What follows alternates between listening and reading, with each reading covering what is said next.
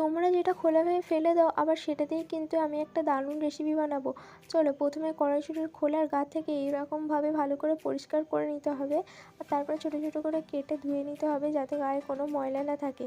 তারপরে কড়াতে একটু তেল দিয়ে লম্বা লম্বা করে আলু কেটে নুন আর হলুদ দিয়ে ভেজে নিতে হবে।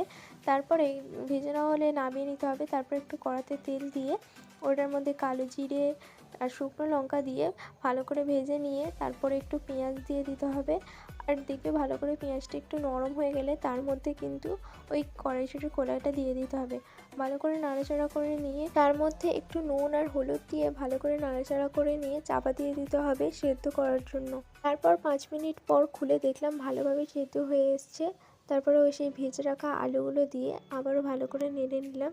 তারপরে কিন্তু আমাদের রেডি মটরশুঁটির খোলা দিয়ে আলু ভাজি। আমার কিন্তু দারুণ লেগেছিলো। আর তোমরা বাড়িতে ট্রাই করবে আর কমেন্টে বলবে তোমাদের কেমন লেগেছে। আজের জন্য এতটুকুই, দেখা হচ্ছে নেক্সট ভিডিওতে। আল্লাহ হাফিজ।